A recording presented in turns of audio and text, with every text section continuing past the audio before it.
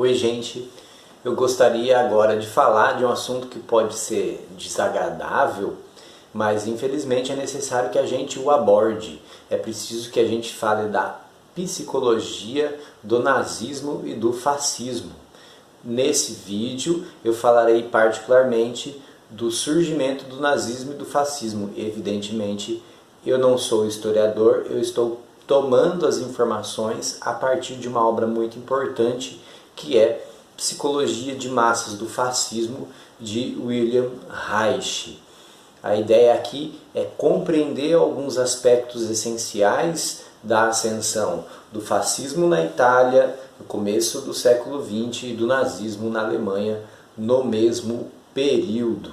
Aliás, os dois partidos políticos, sim, eles eram partidos políticos, os dois partidos políticos surgiram em 1919, em um clima bastante complicado por causa de uma situação econômica muito difícil na Europa, devido à Primeira Guerra que tinha recém terminado.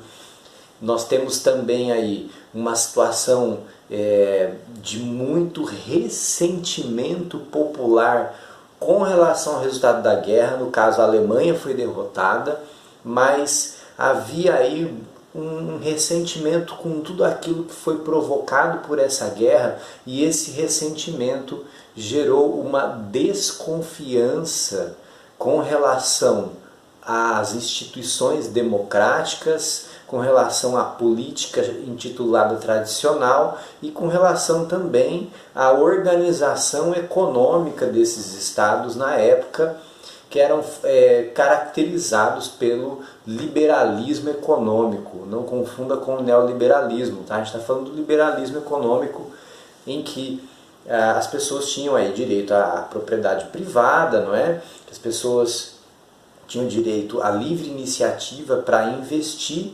mas existia uma certa desconfiança com relação a isso por causa do desemprego muito grande da população mais pobre, e a classe média não via aí os seus anseios atendidos. A classe média também alimentava um ressentimento porque havia perdido poder econômico, havia perdido poder político, e ela vai então manifestar aí um verdadeiro desprezo pelas instituições políticas por acreditar que elas não respondiam mais às suas necessidades.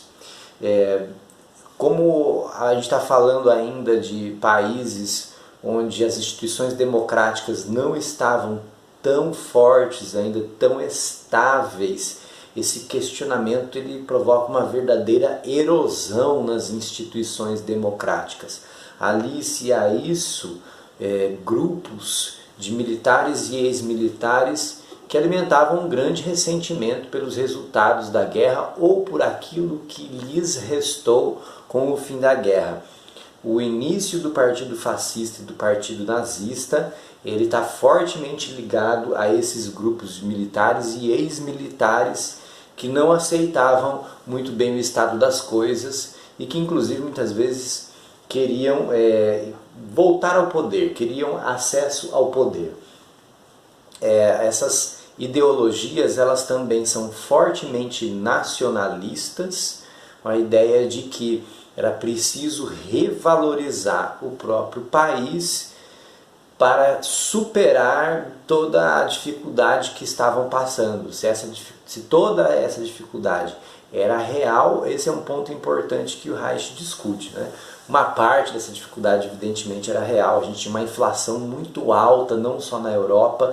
Os Estados Unidos estavam passando dificuldades também, que vão resultar na Grande Depressão Econômica, na década de 1930.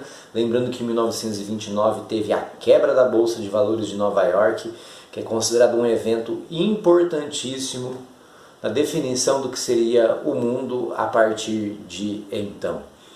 E seria muito importante também para a consolidação do fascismo e do nazismo. O fascismo na Itália surge centralizado na figura de Benito Mussolini, o Duce, que é alguém que concentrou em si, concentrou nas suas mãos uma liderança sobre uma diversidade grande de movimentos que estavam extremamente insatisfeitos com a situação da Itália, inclusive movimentos operários, inclusive movimentos de trabalhadores. Existe toda uma questão específica aí. E aí ele é considerado o fundador da doutrina fascista, ainda que historicamente não seja bem assim. Tenha havido aí esboços anteriores, não é? Mas ele é o grande nome da doutrina fascista. E esse nome fascismo, fascio, vem de quê? A ideia de uma arma que é uma espécie de machado feito de um feixe de gravetos, de muitas varas mais finas, não é? Essas varas juntas, elas são fortes, elas são inquebráveis, elas separadas, elas se quebram facilmente. É a ideia do Estado totalitário, em que o indivíduo ele não tem valor. O que tem valor é a coletividade, mas é coletividade num mau sentido, coletividade representada por esse Estado pesadão.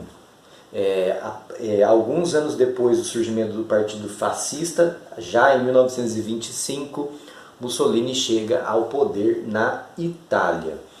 Esse poder ele também é conhecido por totalitário pelo motivo de que existe um desprezo do fascismo e do nazismo com relação às instituições democráticas, particularmente o parlamento. Então eles concentram na mão de uma figura, dessa grande figura totalitária do Duce ou do Führer, ele vai concentrar o poder em suas mãos de uma maneira, podemos dizer, tirânica ou autocrática, se preferir, né? Na Alemanha, Hitler chega ao poder um pouco depois, um pouco mais tarde, em 1933, ele é nomeado chanceler, que é uma espécie de líder do parlamento, é um regime parlamentarista que havia na época, né?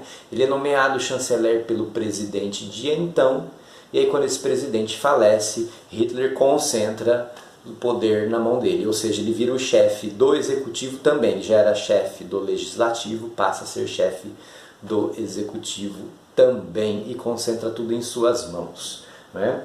É preciso salientar que aí o nazismo, cujo nome completo era nacionalsocialismo, ele vem também tentando responder à inquietação dos trabalhadores. Boa parte estava desempregado, muita gente passando fome devido à gigantesca inflação na Alemanha, né? A Alemanha derrotada na Primeira Guerra estava pagando dívidas de guerra, dívidas gigantescas, não é?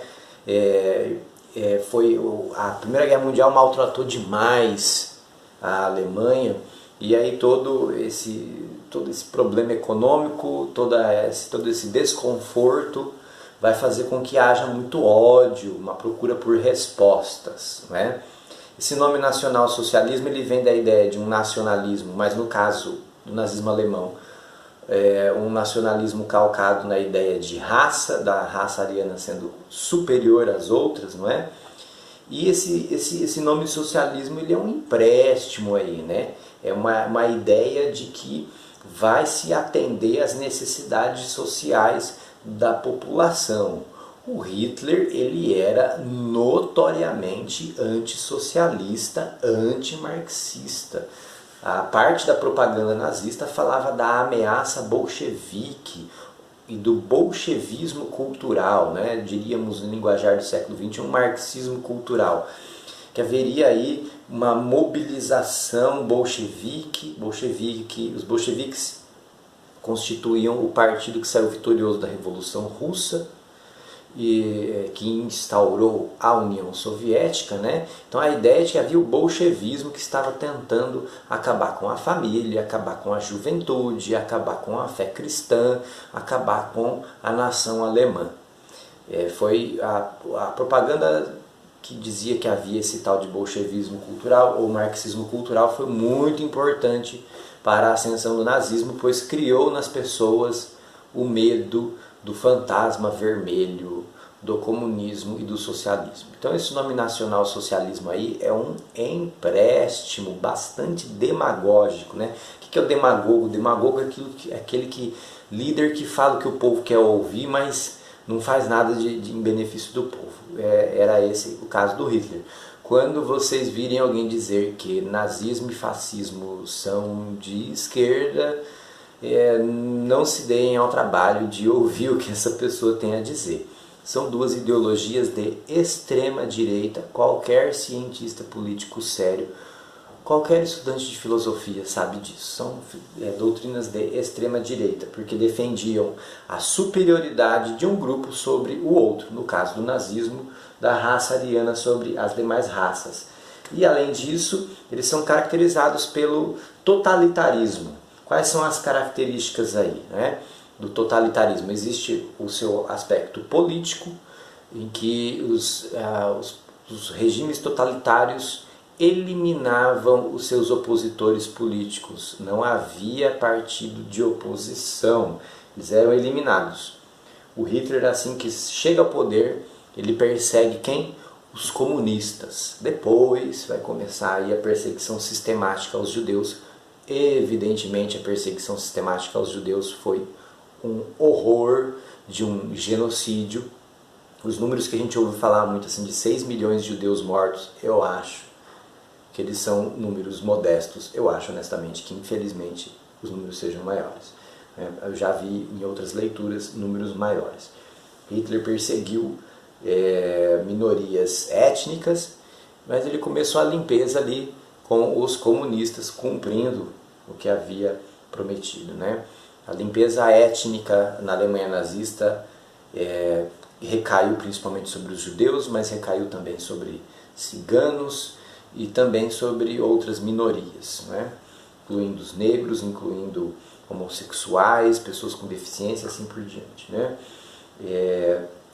O totalitarismo também tem a sua faceta intelectual, em que o Estado monopoliza a verdade, não é? Inclusive disseminando boatos, disseminando notícias falsas, disseminando mentiras a respeito de seus opositores. E através de uma propaganda pesada, arregimenta as massas, convence as massas a seguir seus ideais e a fazer aquilo que considera correto. Por fim, é importante lembrar, mais uma vez, essa figura central de um grande herói, de um grande líder, que é soberano, que é como se fosse um herói grego, não é? Como se fosse um mito, um ser mitológico que tem a resposta para o país e que vai liderar o país na busca da vitória sobre seus inimigos. Essas são algumas das características importantes da doutrina nazista, da doutrina fascista.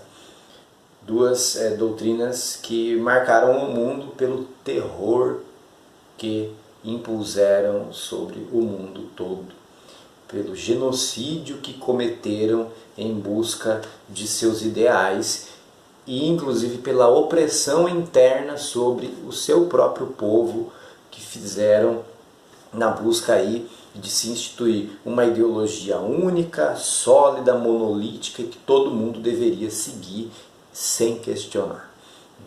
A gente fica por aqui, vai ter uma segunda parte em que eu vou falar aí de aspectos mais da psicologia de massas propriamente dita. Tá bom? Valeu e até uma próxima.